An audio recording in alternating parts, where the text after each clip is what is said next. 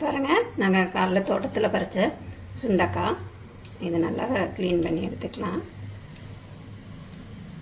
பார்த்திங்கன்னா சுண்டைக்காயை போட்டு இன்றைக்கி அருமையான ஒரு குழம்பு தாங்க செய்ய போகிறேன். சுண்டைக்காய் உருண்டை குழம்பு.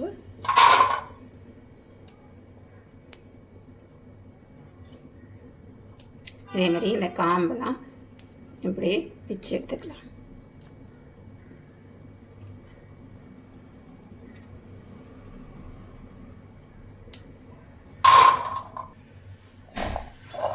அவ்வளோதான். நான் ஓரளவு ஒரு கைப்பிடி அளவு ஆஞ்சி எடுத்துட்டேன்.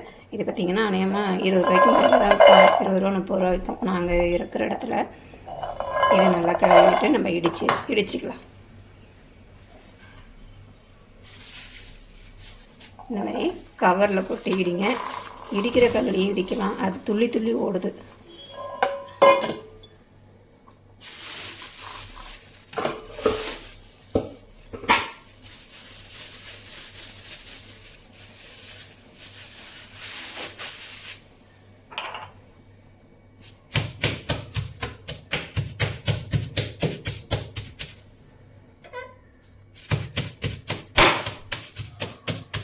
இதேமாதிரி புல்காயையும் தட்டி எடுத்துக்கலாம். நீங்கள் வரிசையாக போனீங்கன்னா வரிசையாக அடிக்கும்.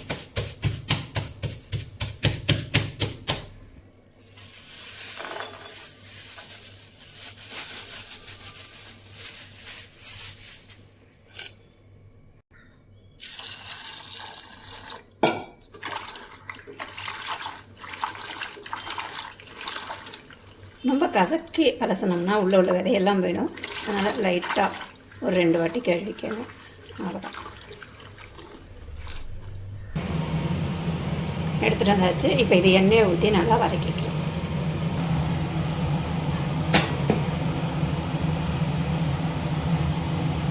எண்ணெய் ஊற்றியாச்சு. நம்ம ரெடி பண்ணி வச்சுருக்க சுண்டைக்காயை எடுத்துக்கலாம்.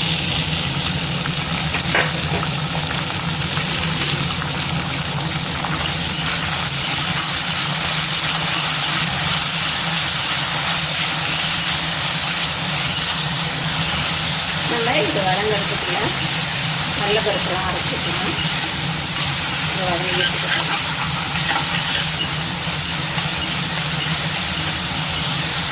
நான் எப்பயும் வடைக்கு ஊற வைப்போம் இல்லையா, கடலப்பருப்பு, இந்த மாதிரி ஊற வச்சுருக்கேன்.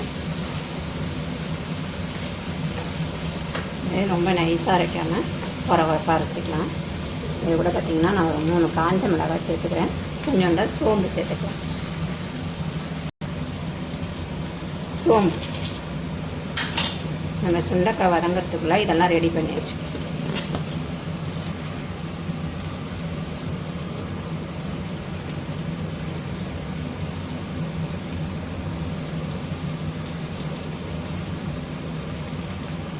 அவ்வளோதாங்க. இதை அரைச்சிட்டு வந்தாச்சு. சுண்டைக்காய் நல்லா வதங்கிடுச்சு.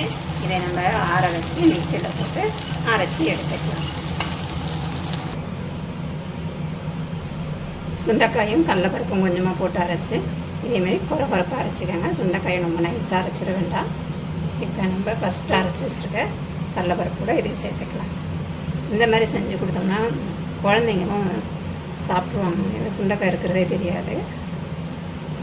இது ஈவினிங் ஸ்நாக்ஸாகவும் இதை சாப்பிட்டுக்கலாம். நான் இன்றைக்கி காரக்குழம்பு வைக்க போகிறேன். வேறு ஒன்றும் இல்லை.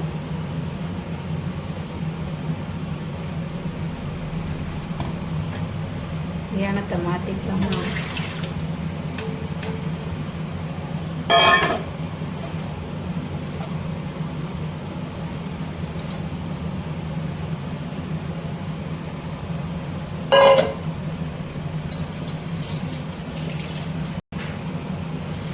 இது கூட கட் பண்ணி வச்சுருக்க கருவேப்பிலை, தட்டி வச்சுருக்க பூண்டு,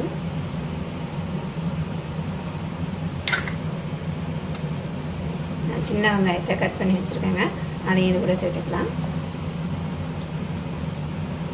ஒரு அரை துண்டு இஞ்சி, இது கூட சேர்த்துக்கலாம். நம்ம சோம்புக்கு முன்னாடியே அரைக்கணும்னா இந்த சமயத்தில் சோம்பு சேர்த்துக்கோங்க. இதுக்கு தேவையான அளவு உப்பு சேர்த்துக்கலாம். கொஞ்சமாக உப்பு சேர்த்துக்கலாம்.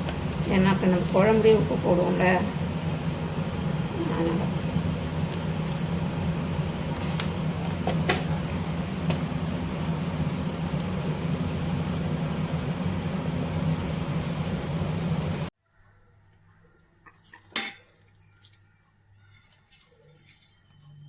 நம்ம ரெடி பண்ண மாவை இந்த மாதிரி உருண்டை பிடிச்சி வச்சுக்கலாம். நான் எண்ணெயை காய வச்சுருக்கேங்க. லைட்டாக, ரொம்ப வேக விட வேண்டாம், லைட்டாக நமக்கு அந்த கலர் மாறினா போதும்.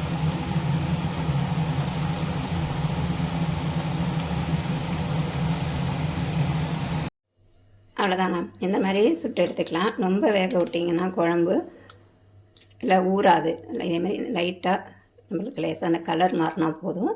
இப்போ நம்ம குழம்பு ரெடி பண்ணிக்கலாம். எண்ணெய் காய்ஞ்சிருச்சு, கடுகு சேர்த்துக்கலாம். நான் பார்த்திங்கன்னா நல்லெண்ணெய் சேர்த்துருக்கேன். நல்லெண்ணெய் சேர்த்து செய்யும்போது டேஸ்ட்டு நல்லாயிருக்கும். கடுகு வந்து நல்லா பொரிஞ்சிருச்சு. நான் சின்ன வெங்காயமும் பூண்டும் உரித்து வச்சுருக்கேன், இதை சேர்த்துக்கலாம்.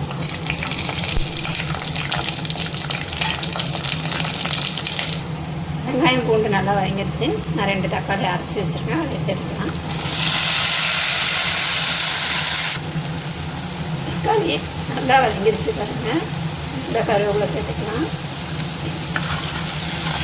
தக்காளியோட ஈரப்பழம் தான் நல்லா சுருண்டு வந்துருச்சு. இப்போ நம்ம மசாலா சேர்த்துக்கலாம்.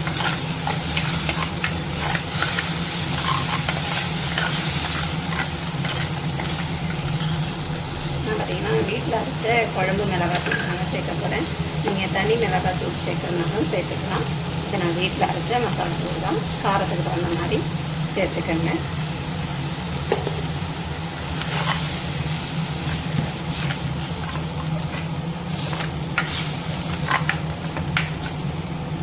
இது நல்லா ஒரு பரட்டு விட்டுட்டு நான் ஒரு லெமன் சைஸு புளி கரைச்சி வச்சுருக்கேன், அதையும் சேர்த்துக்கலாம்.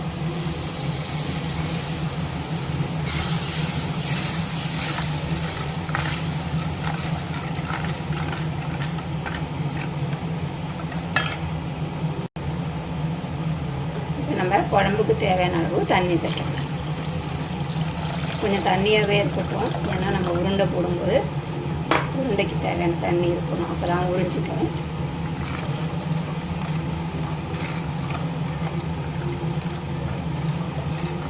இதை இப்போ நல்லா கொதிக்கட்டும்.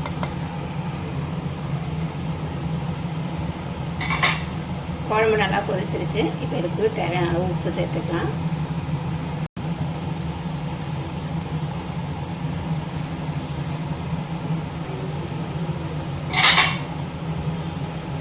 உப்பு போட்டு நல்லா கொதிச்சிருச்சு. நம்ம சுட்டு வச்சுருக்க உருண்டையை இதில் சேர்த்துக்கலாம்.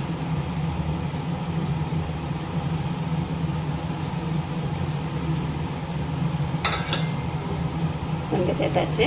நான் கொஞ்சமாக தேங்காய் சேர்த்துக்கிறேன். தேங்காய் வேணாங்கிறவங்க இது கூட மேலே கொத்தமல்லி தூவி ஒரு 2 கொதி விட்டோன்னே இறக்கிக்கங்க. நான் கொஞ்சமாக தேங்காய் சேர்த்துக்கிறேன், ரொம்ப சேர்க்கல, கொஞ்சமாக.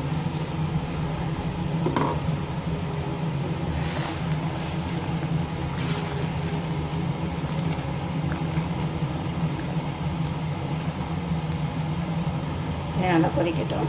பாருங்கள், அருமையான சுண்டக்காய் உருண்டை குழம்பு ரெடி ஆகிடுச்சு. நம்ம நார்மலாக உருண்டை குழம்பு வைப்போம்ல, அது கூட 4 கொஞ்சமாக சுண்டைக்காயை நசுக்கிட்டு வதக்கி அது கூட சேர்த்துக்கோங்க. டேஸ்ட்டு சூப்பராக இருக்குங்க. நான் இதை ஒரு உருண்டை சுட்டோன்னே எடுத்து சாப்பிட்டு பார்த்தேன், டேஸ்ட் நல்லா இருக்குது.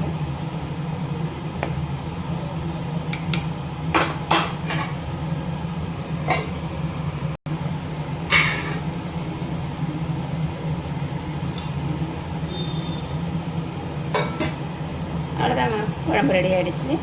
மேலே கொத்தமல்லி தூவி இறக்கணும்னா அருமையான சுண்டக்காய் உருண்டை குழம்பு ரெடி ஆகிடுச்சு. இந்த மாதிரி நீங்கள் செஞ்சு சாப்பிட்டு பாருங்கள், டேஸ்ட்டு நல்லாயிருக்கும். வீடியோ பிடிச்சிருந்தா லைக் பண்ணுங்கள், ஷேர் பண்ணுங்கள், கமெண்ட் பண்ணுங்கள், மறக்காமல் சப்ஸ்கிரைப் பண்ணுங்கள். இன்னொரு வீடியோவில் சந்திப்போம். பாய்.